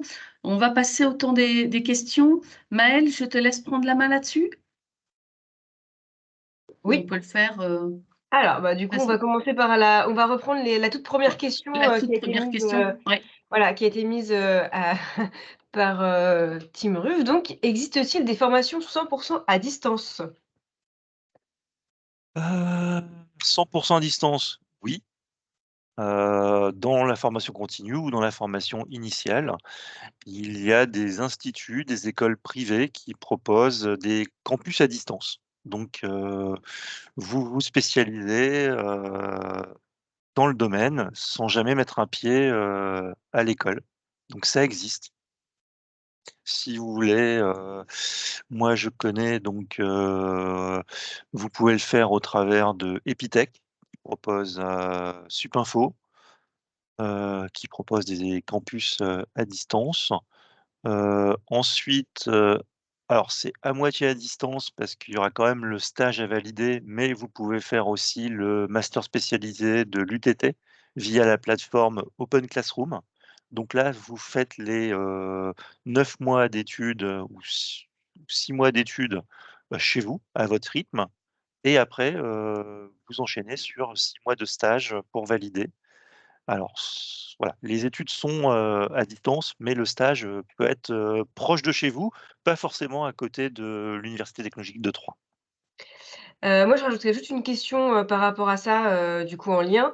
Est-ce que les formations à distance sont suffisantes pour quelqu'un qui vient pas du milieu de l'informatique pour pouvoir intégrer un poste juste après? Quelqu'un qui est en reconversion et qui fait que du distanciel pendant 9 mois, est-ce qu'il peut prétendre à un poste ou non, c'est mieux quand même d'avoir un peu de présentiel? Alors sur les formations type, ce que je citais, Epitech ou ou Supinfo, ça va être des formations qui vont être sur 2 ans, 3 ans minimum pour le bachelor. On est Oui. sur la formation initiale. Sur l'UTT, oui, parce que pour y prétendre, il faut déjà avoir un certain niveau en informatique, ce qui fait qu'on vient donner en fait une coloration cyber à un parcours informatique. Donc là, c'est 6 mois de cours intensifs sur les process et le milieu cyber, avec une validation par un stage de 6 mois. D'accord, donc si je comprends bien, la formation 100 à distance, elle est très bien pour les spécialisations, pas pour les reconversions, pour une spécialisation spécifique dans la cyber. Ouais, ou pour les reconversions qui reprendraient, bah, un cursus, des OK. reconversions assez jeunes en fait, je dirais plutôt du 25, 35, qui s'est mal orienté et qui se dit: «Bah non finalement, ce que je voulais faire, ça correspond pas vraiment à l'idée que j'en avais au moment de mes études», et qui peuvent encore se dire: «Oui, je suis prêt à reprendre 2 ans d'études pleines». D'accord. Je peux juste compléter aujourd'hui en formation à distance, en cybersécurité, c'est quelque chose qu'on retrouve peut-être pas dans d'autres spécialités. On a des labs. Des labs, c'est quoi? Ce sont des laboratoires en ligne. C'est-à-dire qu'on est capable de faire un TP à distance sur une machine à distance. Donc, ça utilise les technologies du cloud et donc, c'est comme si on était en salle de cours, mais, avec un petit ordinateur à la maison et on va justement faire le TP, les travaux pratiques, à distance sur une machine à distance. Donc ça, en cybersécurité, ça s'y prête bien.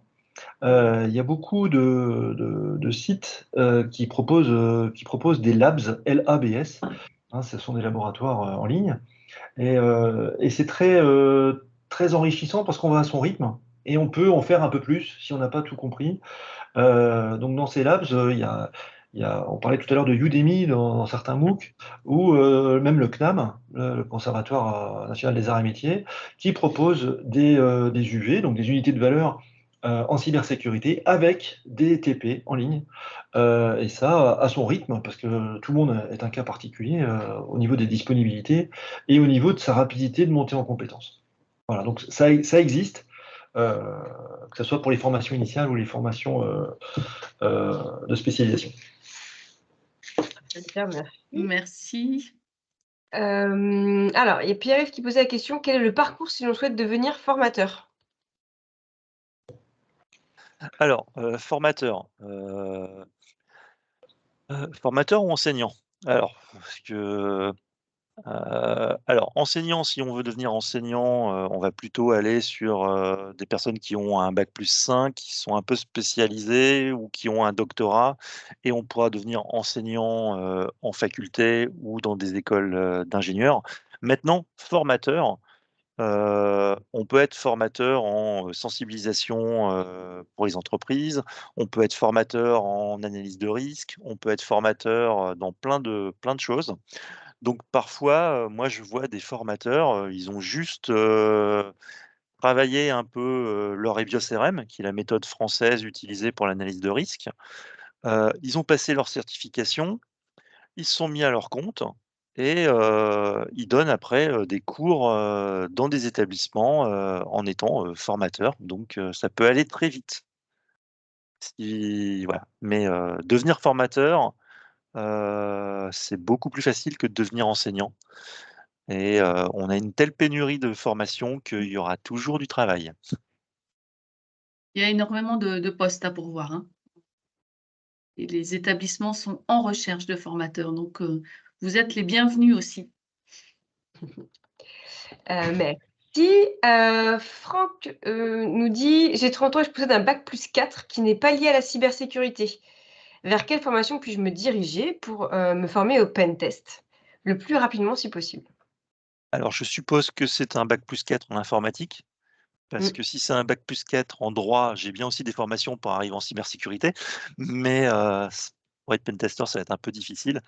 Heu, Avec un bac+4, on va dire qu'il est en informatique, donc une maîtrise, non, entend un bac+4, OK. Moi, je verrais un, master spécialisé. Heu puisque là, on est sur du bac+4 avec une première expérience. Ah oui, non, Franck nous dit que c'est pas du tout lié à l'informatique, son bac Ah, plus 4.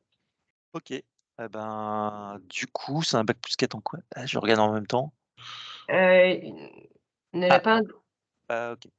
Alors, si on veut devenir pen tester, moi je conseille ce que disait Aymeric, c'est repartir sur une formation de type équivalent à un bac+2, bac+3, donc des titres RNCP d'analyste SOC, de technicien supérieur de la sécurité des réseaux, de technicien admin sécurité réseau, qui vont vous permettre de mettre un premier pied dans des équipes informatiques liées non pas peut-être à l'exploitation des outils de sécurité cyber, mais qui vont vous permettre de les administrer. Donc c'est toujours un premier pas.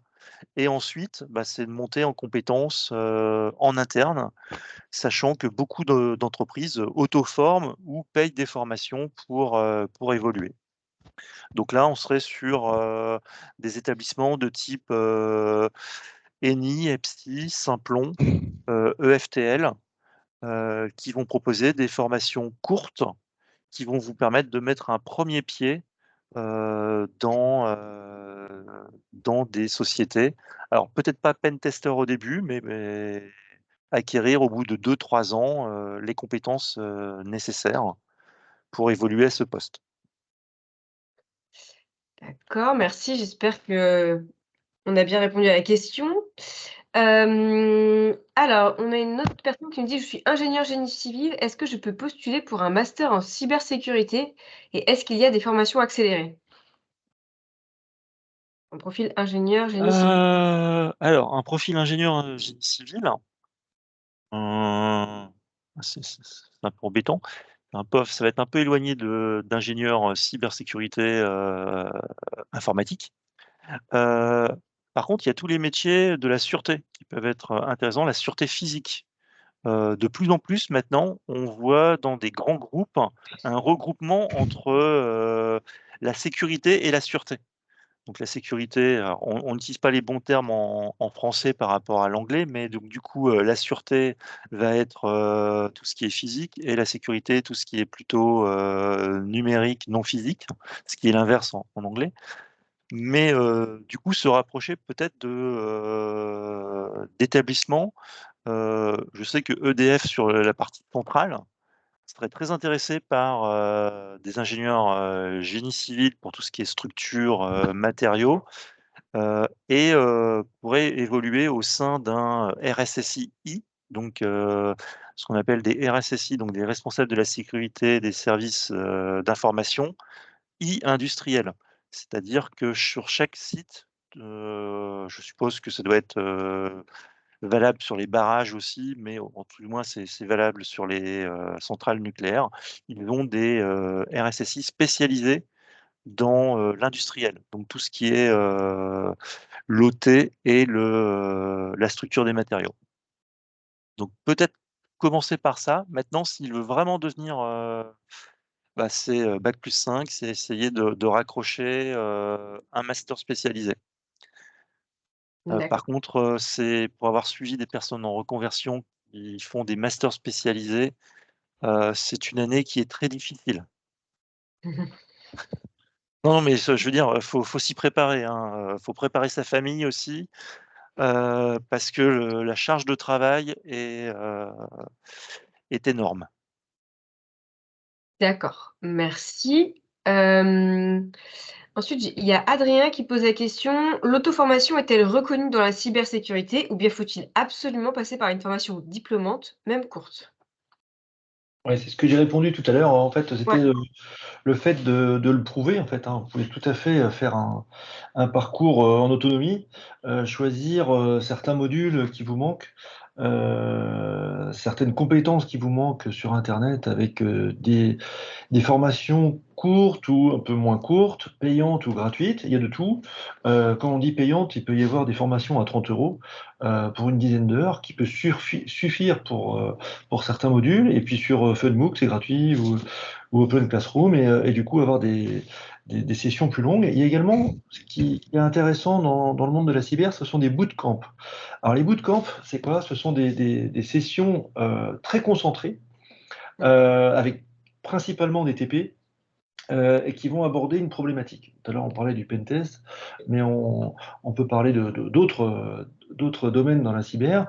Et donc, ces bootcamps vont vous permettre, en très peu de temps, de vous immerger totalement dedans, de partager avec les autres stagiaires, finalement, les autres apprenants, les problématiques, les blocages, voilà, et ça va redonner une dynamique d'équipe, finalement, même si chacun est dans son bureau, sur ces thématiques. Et à la fin, il y a un certificat.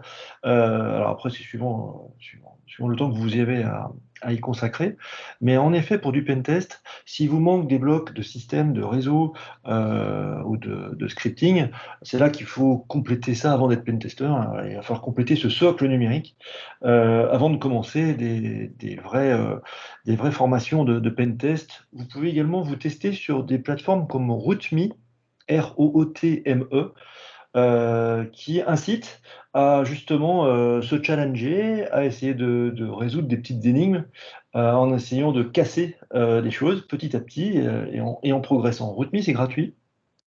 On y passe le temps qu'on veut. Ça peut être des petits challenges qui vont durer 1 heure, comme des challenges qui vont durer 3 week-ends.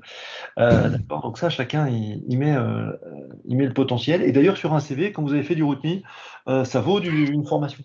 D'accord, parce que c'est de Vous avez un score, l'auto-formation, mais avec un progrès qui est assez intéressant dans le savoir-être. vous avez un score sur Rootme qui vous permet de vous comparer en fait aux autres. C'est assez intéressant de peu d'évaluer où vous en êtes parce que c'est pas évident, on est un petit peu dans le vide bon, par rapport à une situation professionnelle concrète.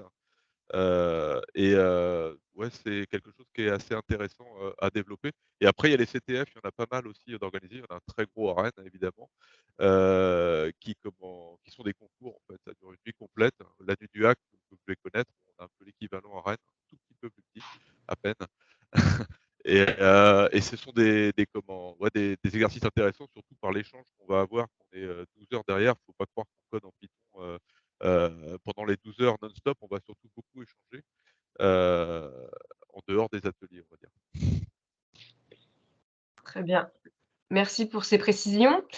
Stéphanie demande: vous parliez en début de présentation des métiers de policier, bac à bac+5. Pourriez-vous préciser les sujets en question?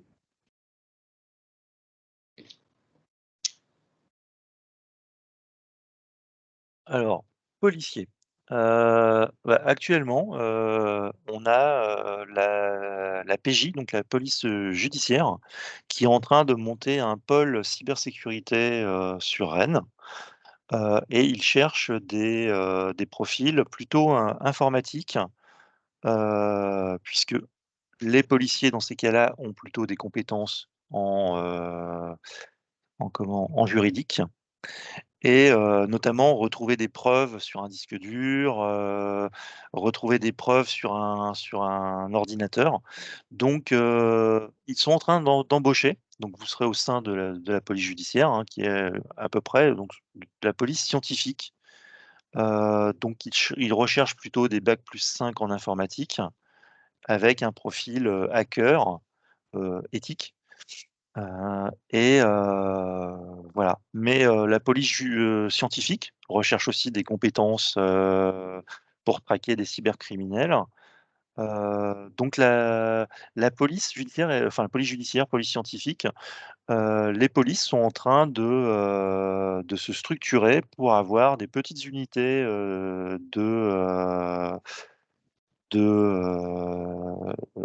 de cyber au sein de leurs, différents alors c'est le problème, c'est l'organisation, à la police est assez compliquée entre les directions, les sous-directions, mais alors j'ai pas le site sur lequel, vous pourriez directement postuler, mais à ce moment-là, vaut mieux aller dans un centre de recrutement et de demander directement, à la police.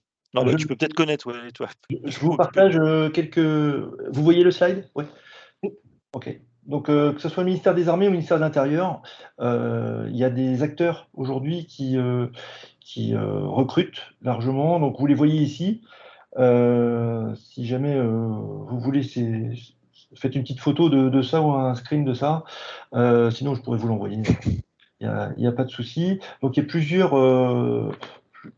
entités et plusieurs grades, puisque là, que ce soit policier ou militaire, il y a la partie sous-officier et la partie officier avec des diplômes de recrutement qui ne sont pas les mêmes et des procédures de recrutement qui ne sont pas les mêmes.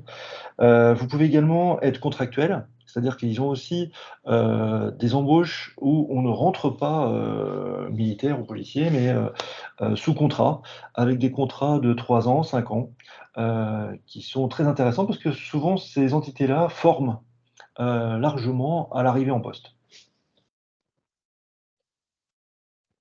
Très bien, j'espère qu'on a bien répondu à la question avec toutes les informations. Ensuite, il y a des questions sur les financements. Alors, quels sont les financements pour les demandeurs d'emploi? Donc ça, c'est plutôt pour moi. Pour les demandeurs d'emploi, Régine parlait tout à l'heure des Qualif emploi. voilà, des qualifs emploi et des formations qui sont disponibles sur le greffe. Il y a des formations qui sont disponibles et qui sont financées soit par la région, soit en effet par Pôle emploi. J'en profite pour dire que au premier semestre là, 2024, il va y avoir une formation avec l'EPSI, qui est une POEC, donc une préparation opérationnelle à l'emploi collective, qui s'appellera développeur en cybersécurité. Donc les prérequis, ce sera au moins d'avoir développé un petit peu chez soi, d'avoir une réelle appétence évidemment pour le développement informatique.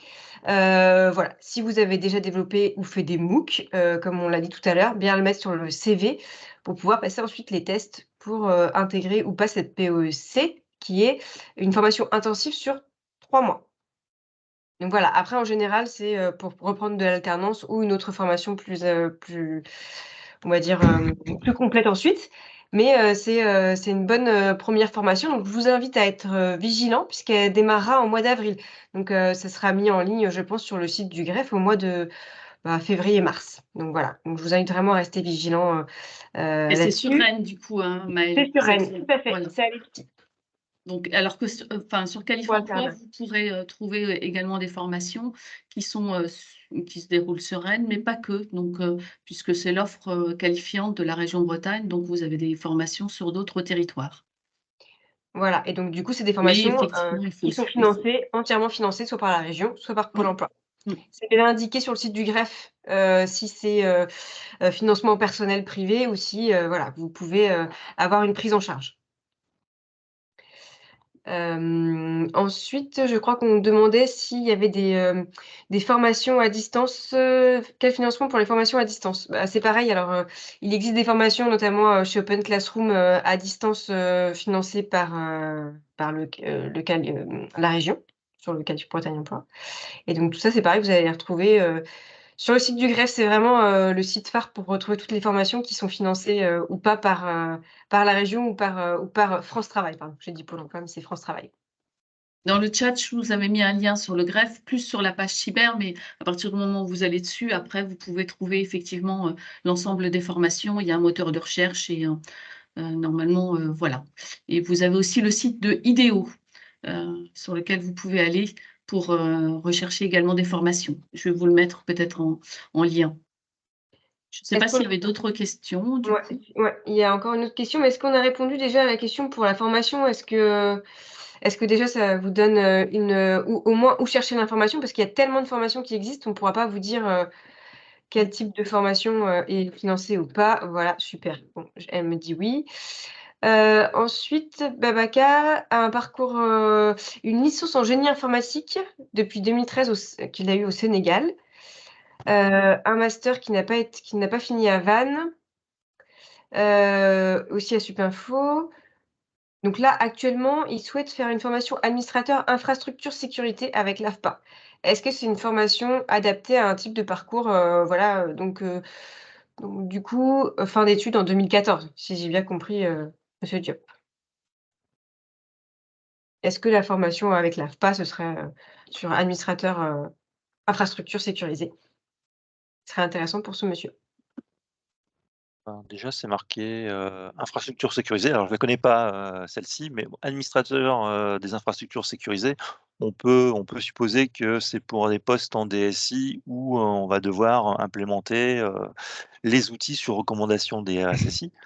Donc, au moins, ça sera un pied dans la sécurité. Ça ne sera pas forcément des métiers type hacker en SOC ou autre, mais il aura accès à des métiers dans des DSI, donc des directions de services informatiques, où il aura à paramétrer des outils pour la sécurité. Donc ça peut être un premier pas pour rentrer dans une entreprise et pouvoir évoluer. Donc moi je dirais oui. Heu, Ça permettra de pouvoir évoluer dans de la cybersécurité avec un premier pas qui sera là plutôt en direction des services informatiques. Voilà, donc je pense qu'on a fait le tour des questions. S'il y en a Il d'autres, y avait n'hésitez pas. juste une question, je la vois là. Quel est le parcours si on est intéressé par les postes à la DGA? Ah oui. Concours ou accès direct? Alors, Donc pour Thierry? postuler, comme tout établissement étatique, il faut déposer son CV en ligne, et puis ensuite répondre à certaines spécifications étatiques. Il faut être de nationalité française, il ne faut pas avoir de casier judiciaire. Voilà, c'est ce qu'on appelle les prérequis pour avoir une habilitation au bon niveau. Et ensuite, il faut passer des entretiens techniques qui vont de 1 heure à 4 heures, et ensuite des entretiens plus classiques de management et RH pour voir votre savoir-être. D'accord? Donc en fait, on va tester votre savoir-faire et votre savoir-être, tout ça dans la même journée. Et vous avez le résultat la semaine d'après. Donc ça peut aller très vite. C'est à partir du bac plus 3 jusqu'au bac plus 5. Avec différents postes, on a quasiment même plus de métiers que ce qui est marqué dans le guide de l'ANSSI. Donc on a une trentaine de métiers. Voilà, c'est très large et on peut passer d'un métier à l'autre. On recrute tous les ans une centaine d'ingénieurs, donc vous avez tous votre chance. On recrute un peu moins de techniciens supérieurs. Parce que voilà, nos projets sont vraiment très techniques. Et par contre, on vous forme à l'arrivée en poste, et ça c'est intéressant, c'est vraiment ce qu'on va retrouver dans tout ce qui est étatique. On investit lourdement. Donc ce sont des statuts contractuels en CDI, mais vous avez également la possibilité sur concours, là par contre, concours national, d'être fonctionnaire.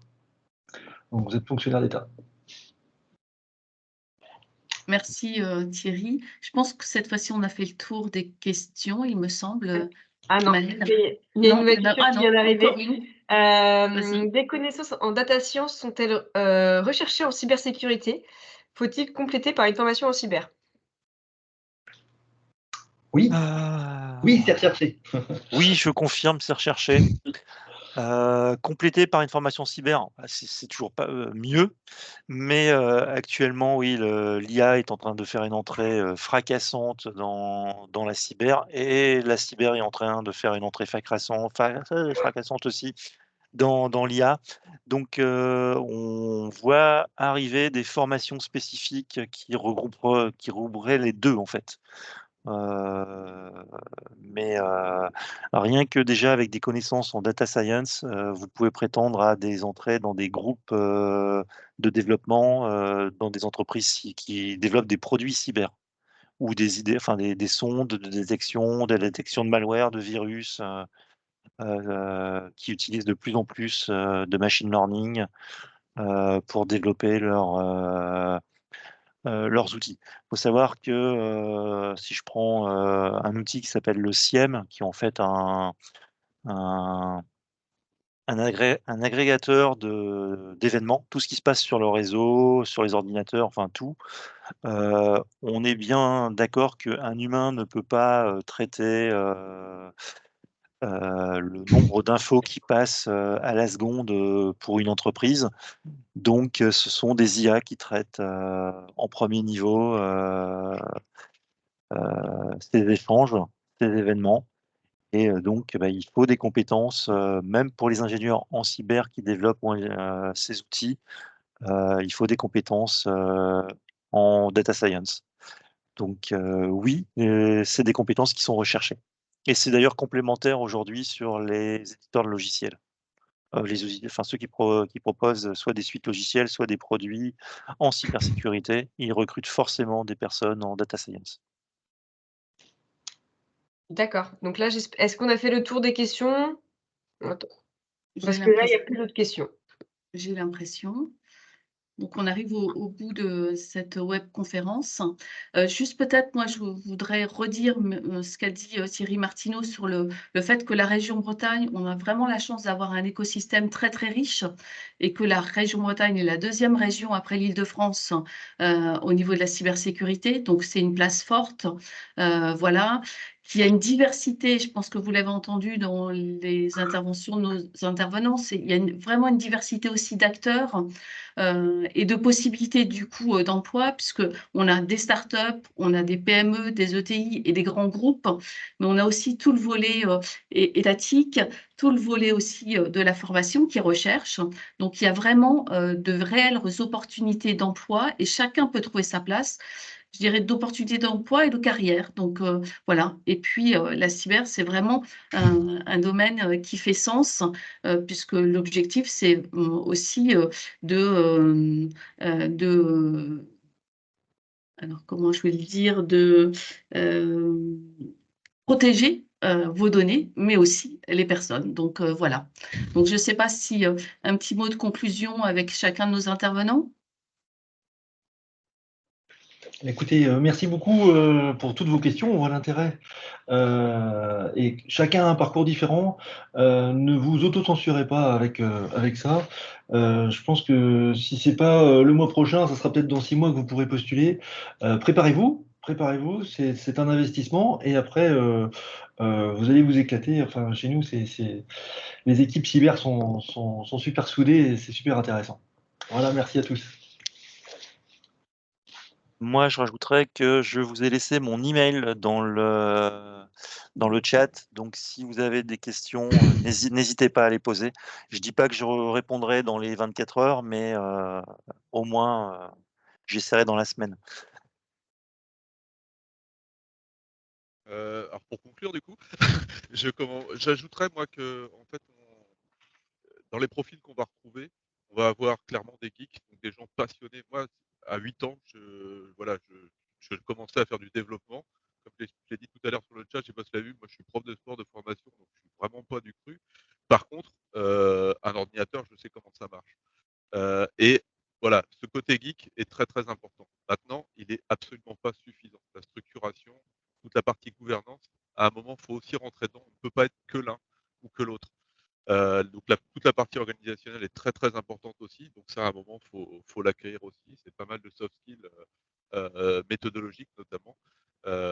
Mais ouais, la passion du code et de l'IT en général est quand même quelque chose d'important. Et le 3e volet super important qui va pas venir tout de suite, c'est l'expérience. Et on voit très, très bien qu'un pentester expérimenté, il va identifier un vecteur en 1/4 d'heure, là où en 2 jours, un débutant en fait, sera toujours à sec en fait.